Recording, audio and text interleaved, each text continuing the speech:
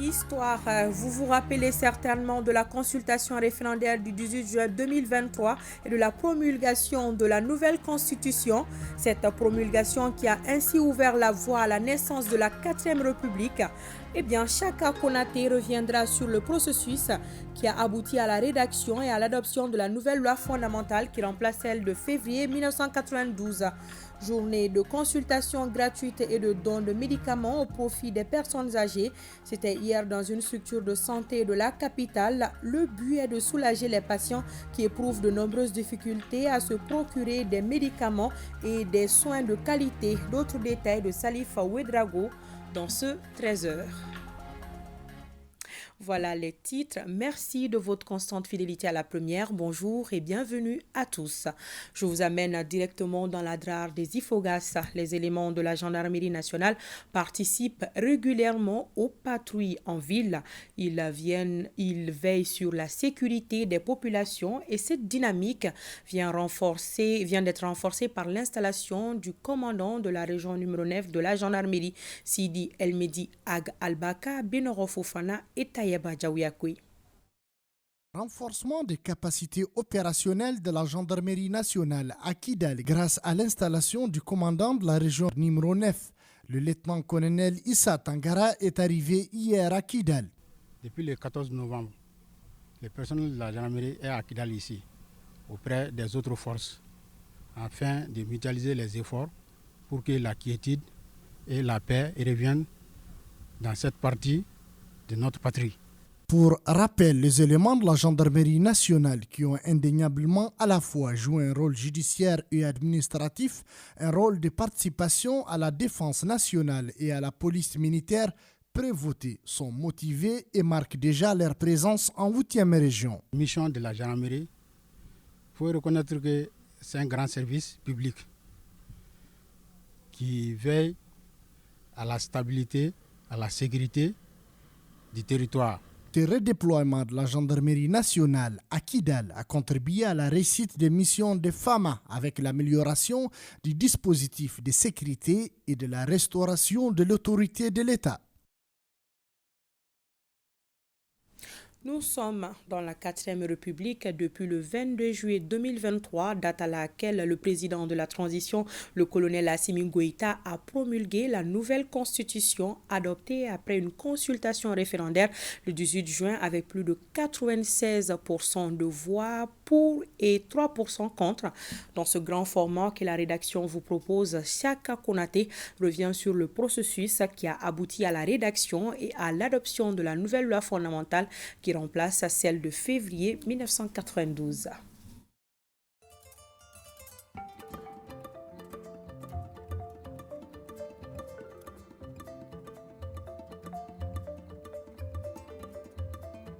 C'est par le décret 0401 que le président de la transition, colonel Assimi Goïta, promulgue le 22 juillet 2023 la nouvelle constitution du Mali, une promulgation qui consacre l'avènement de la 4e République.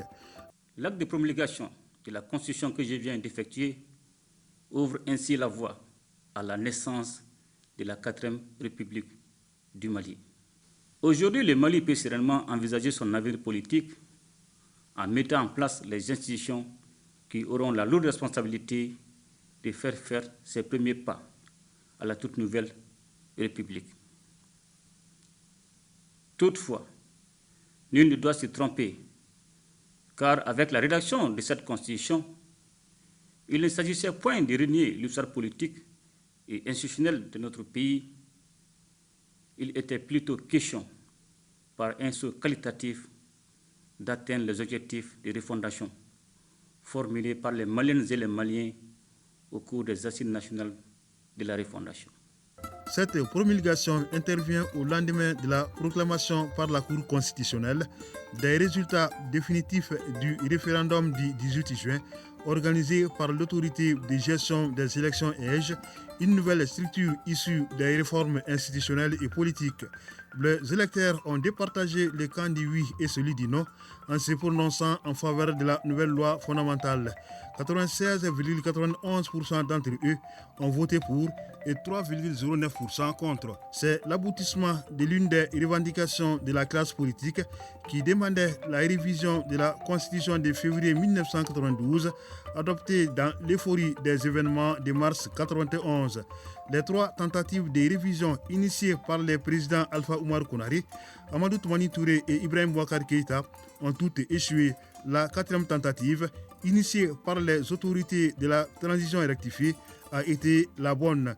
Le processus est déclenché lors des Assises nationales de la refondation qui, en décembre 2021, recommandent la rédaction et l'adoption d'une nouvelle constitution.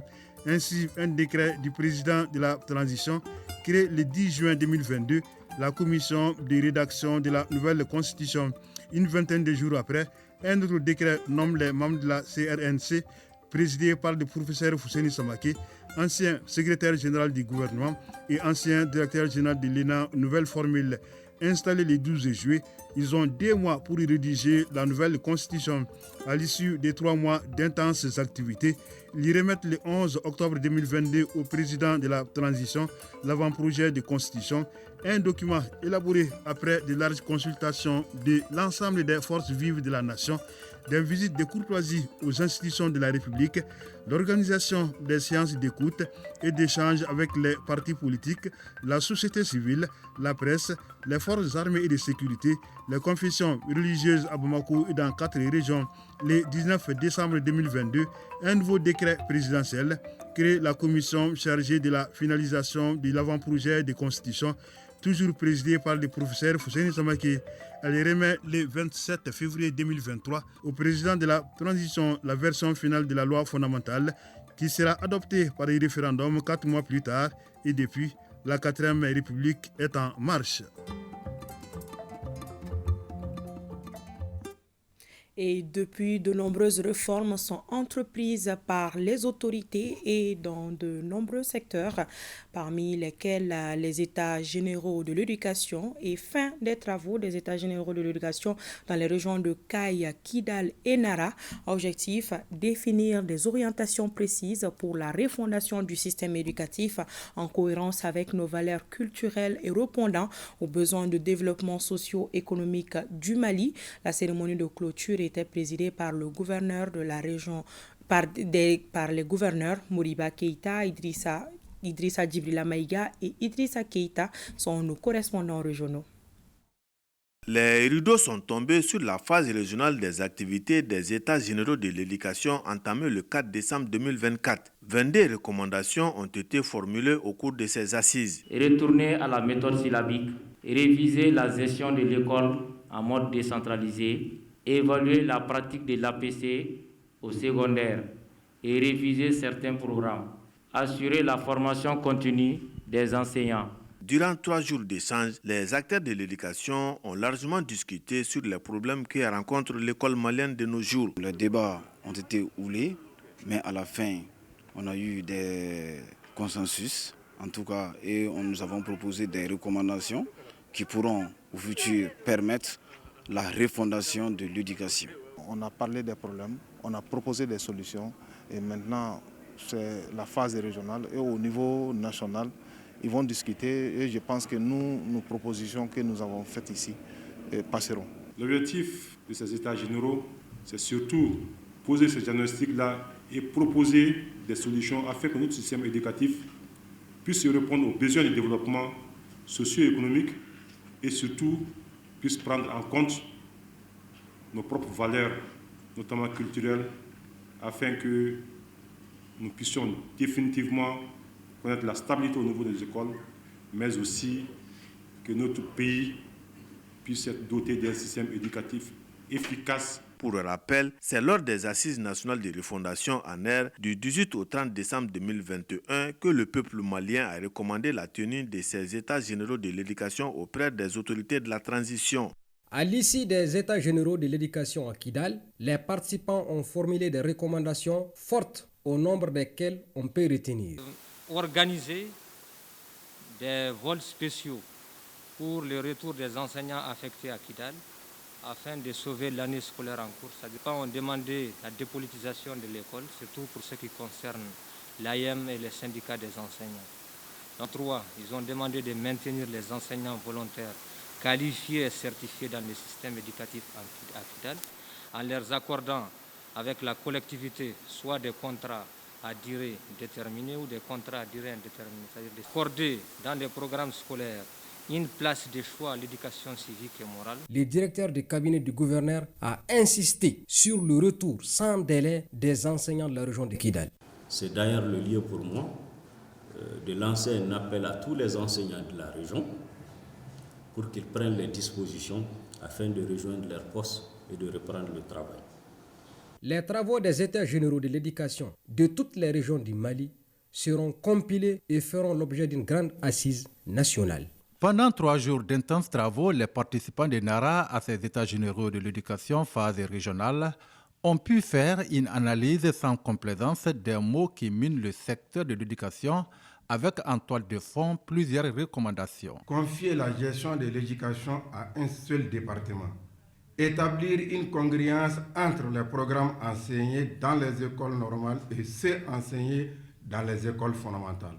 Réduire de façon conséquente les innovations au niveau fondamental et les tester dans les écoles normales avant leur application. Veiller à la bonne gestion des ressources humaines. Cette étape de NARA nous a permis en 3 jours de venir discuter avec les participants qui ont mené les travaux à bon port pour nous permettre réellement de connaître les maux qui gangrènent l'éducation au Mali, mais aussi de faire des propositions de solutions. Pour les autorités régionales, cette initiative marque un tournant décisif dans la volonté des autorités de la transition de doter le Mali d'un système éducatif performant et de qualité. À la lumière des recommandations résultant de vos travaux, vous avez fait montre par votre expertise que j'appréhendais déjà à l'ouverture de cette session, de votre engagement et de votre clairvoyance, dissipant toute inquiétude de l'issue qui en résulterait. Les plus hautes autorités qui ont initié ces assises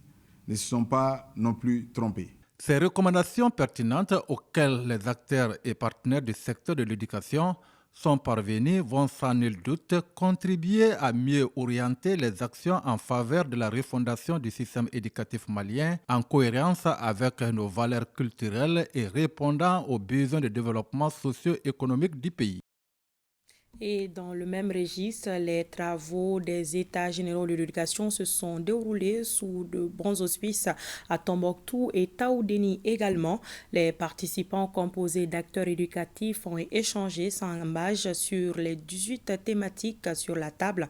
Ils ont par la suite fait des recommandations pouvant contribuer à la résolution des maux dont souffre l'école malienne.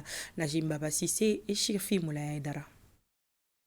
La centaine d'acteurs éducatifs de la région de Tombouctou a tablé pendant 3 jours sur les 18 thématiques de l'atelier des États généraux de l'éducation, à travers des échanges objectifs sur le devenir de notre système éducatif. Au terme des travaux, ils ont engagé, entre autres recommandations, la nécessité de jeter un regard rétrospectif sur des méthodes pédagogiques de qualité. On a parlé de la méthode syllabique, qui pour nous est vraiment une méthode qu'on avait abandonnée, mais qu'il faut ramener pour donner un niveau aux enfants. Parce que jusqu'en 6e, 9e, il y a des élèves qui ne savent ni lire ni écrire. Ensuite, intégrer l'arabe aussi. On a parlé aussi de l'adéquation entre la formation et l'emploi. Vraiment, on aimerait qu'on mette en œuvre ces aspects-là. Le secteur le plus on doit faire attention, c'est le secteur de l'éducation. D'où le besoin pour que ces États généraux puissent réussir à aider notre pays à aller vers l'amorce de son développement d'une manière définitive. Dans ce cadre, permettez-moi de remercier vivement les plus hautes autorités de la transition sous le leadership de son Excellence, le colonel Assimi Goïta, président de la transition, chef de l'État, qui ont inscrit dans les priorités gouvernementales les principales recommandations des assises nationales de la refondation de l'État. Il s'agit notamment de l'organisation des États généraux de l'éducation afin de permettre aux forces vives de donner les orientations claires aux autorités afin que notre système éducatif réponde aux besoins de développement socio-économique équitable et durable. La session a été clôturée par la lecture et l'adoption du rapport de synthèse, ponctué par les félicitations du chef de l'exécutif régional à l'endroit des participants. Les regards sont désormais tournés vers la phase nationale des recommandations générales qui se tiendra dans la capitale du 16 au 19 janvier. Les États généraux de l'éducation ont regroupé tous les acteurs du secteur dans un engagement sans faille. Ils ont passé au peigne fin toute proposition visant à améliorer les systèmes éducatifs en prenant compte les réalités locales. Un pas pour que l'école malienne puisse au moins retrouver son indice d'attente. On a fait beaucoup de propositions, de recommandations, à savoir le recrutement massif des enseignants au niveau de la région de Taï-Deni. Il faut que les quotas soient rehaussés. Le quota qui est toujours alloué à Taï-Deni par rapport au recrutement. L'intégration des ECOM dans la fonction publique des collectivités. Durant les 3 jours de la rencontre, les débats ont été parfois houleux. À l'arrivée, il y a eu une concordance de points de vue qui a abouti à l'élaboration d'une cartographie qui fait l'état de lieux avec des pistes de solutions pertinentes. Nous saluons votre engagement patriotique. Tout au long de ce processus, nous n'avons remarqué ni précipitation, ni colère, ni volonté de bâcler le travail. Et ceci est à votre honneur. C'est dire toute l'importance que révèle la tenue des États généraux de l'éducation qui regroupe tous les acteurs du système éducatif de la région de Taï-Deni. Dans une vision globale de restructuration et de modernisation du système éducatif malien, en cohérence avec les valeurs culturelles et répondant aux besoins de développement socio-économique du pays. À l'instar des autres régions, les recommandations sorties de cette rencontre seront proposées au niveau national des États généraux de l'éducation. Un dimanche généreux pour les personnes du 3e âge. Elles ont bénéficié d'une journée de consultation gratuite accompagnée de remise de médicaments.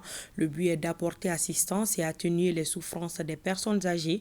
Plus de 1000 personnes ont été connectées. Cette action salvatrice est à l'actif des jeunes fonctionnaires évoluant dans le secteur privé. Salif Ouedrago pour plus de détails. Plus de 20 millions de francs CFA, c'est le montant investi par Prestataire international aéroportière, AIP et Générale malienne de prestation de services, GMPS, pour une assistance médicale et un accompagnement en kits médicaux aux personnes âgées du district de Bamako. Cette œuvre sociale vise à promouvoir la santé et le bien-être chez les personnes du 3e âge. C'est des jeunes qui ont travaillé dans le domaine de l'entreprise, qui ont eu des profits, qui ont décidé dans le cadre de la responsabilité sociétale de leur entreprise de distribuer une partie de ces profits au bénéfice des personnes âgées dans le cadre de la solidarité. On a l'habitude de dire que l'avenir c'est la jeunesse, maintenant le présent c'est la jeunesse, parce qu'ils sont 70% de la population. Et c'est un exemple qu'on doit capitaliser et tous les jeunes qui ont les moyens et toutes les personnes qui ont les moyens, chacun à son niveau, en élargissant cette chaîne de solidarité que nous pouvons aider à renforcer la résilience de nos populations. Le chef de quartier de Bamako-Croix reste convaincu que cette activité de consultation et distribution de médicaments inspirera à beaucoup de nos concitoyens à contribuer davantage. Je suis aux anges parce que on a beau parler de mois de solidarité, de ceci, d'entraide, ça c'est le concret. La population est là, tout le monde est là, l'aide est directe et sans embâche. Alors on ne peut que saluer les auteurs. Nous souhaitons que au moins chaque année il y ait un cas comme ça. Parce qu'on ne peut pas dire continuellement qu'ils le fassent parce qu'il y a un coût. Ils sont à saluer et à féliciter. Les patients du jour n'ont pas caché leur satisfaction. Consulter gratuitement. Aujourd'hui, on sait qu'au Mali, les médicaments, ça coûte très très cher. Bon, si vous trouvez quelqu'un qui vous consulte gratuitement et qui en plus de vous donne des médicaments gratuitement, vraiment, moi je ne fais que des bénédictions pour ces jeunes-là. Que Dieu leur donne longue vie et je leur souhaite bon vent dans cette voie-là. Cette journée de consultation gratuite et des dons de médicaments de prestataire international aéroportière et générale malienne de prestation de services, va bénéficier à plus de 1000 personnes âgées du district de Bamako.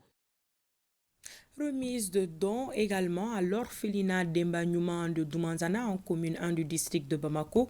L'initiative est de l'association Djekafo Kanou où les auditeurs de la diaspora malienne de la radio Djekafo. Cela est composé de kits scolaires et plein d'autres cadeaux. La cérémonie de remise s'est déroulée en présence des autorités communales et coutumières et de Kassim Diallo.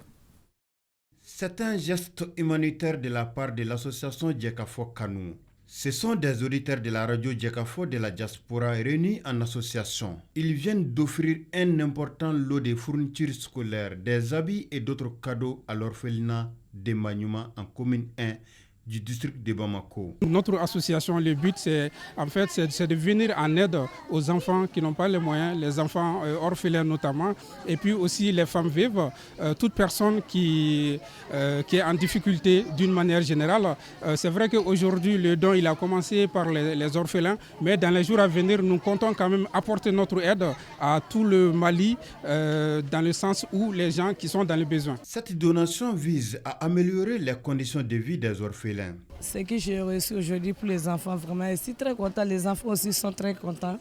Depuis avant-hier, quand ils sont venus me voir, j'ai dit à les enfants, il y a des tontons qui sont quittés en Europe. Ils sont venus vous donner un grand cadeau. Depuis ces jours, ils ont commencé à donner bénédiction. Le développement d'un pays, ça commence d'abord par les enfants de ce pays. Donc une contribution à l'endroit des enfants est une contribution qui est la bienvenue.